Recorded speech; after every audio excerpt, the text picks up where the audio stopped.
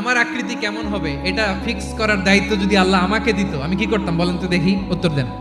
সুন্দর করে নিজেকে সুশোভিত করে, শুভ্র, ফর্সা, ড্যাশিং, ফ্যাসিনেটিং, স্মার্ট করে নিজেকে তৈরি করতাম, ঠিক কিনা? তো এটা আল্লাহ তাআলা দেন নাই, এটা পরীক্ষা হিসেবে রেখে দিয়েছেন। আল্লাহ কাউকে ফর্সা বানিয়েছেন, এটা তার জন্য পরীক্ষা। কাউকে আল্লাহ শ্যামবর্ণের বানিয়েছেন, এটা তার জন্য পরীক্ষা।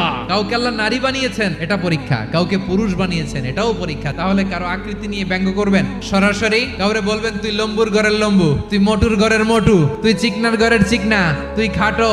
লাকাদ কুলতি কালিমাতান লাউ মুজিজাত বিমাইল বাহরি লামাজাজাতহু। তুমি এমন একটা কথা মুখ দিয়ে উচ্চারণ করেছো, এই শব্দগুলো যদি সাগরের পানিতে ছেড়ে দেয়া হয়, এই কথার তিক্ততার, পঙ্কিলতার কারণে নীল সাগরের পানি মুহূর্তেই কালো হয়ে যাবে। কারো আকৃতি নিয়ে বাজে মন্তব্য করবেন, কখনো তার চেহারা নিয়ে, আকৃতি নিয়ে কটু কথা বলতে পারবেন কশ্চিন কালেও যেন আমরা না করি প্রিয় ভাইরা। ঠিক আমার আকৃতি কেমন হবে এটা